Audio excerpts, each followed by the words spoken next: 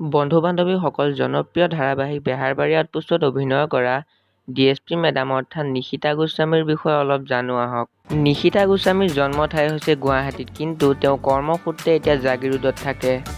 তেখেতৰ শিক্ষাৰ অৰ্হতা হৈছে তেখেতে মাষ্টাৰ ডিগ্ৰী BA আৰু MA কমপ্লিট কৰিছে। তেখেতৰ জন্ম হৈছিল 1982 চনৰ 19 অক্টোবৰ তাৰিখে।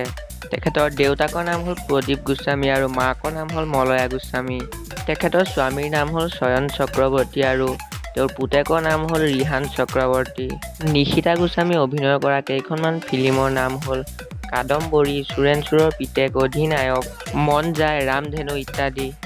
নিশিতা গোস্বামীয়ে কাদম্বৰী, দীনবন্ধু, চোৰেণ চোৰৰ পুতেক এই ফিল্মকেইখনৰ পৰা শ্ৰেষ্ঠ অভিনেত্ৰী বঁটা লাভ কৰিবলৈ সক্ষম হয়। নিশিতা গোস্বামীৰ অভিনয় চাই আপোনালোকে কেনে পায় এবাৰ কমেণ্ট কৰি জনাব আৰু ভিডিঅ'টো চাই ভাল পালে এটা লাইক কৰিব আৰু মোৰ চেনেলটো ছাবস্ক্ৰাইব কৰি থ'বলৈ নাপাহৰিব।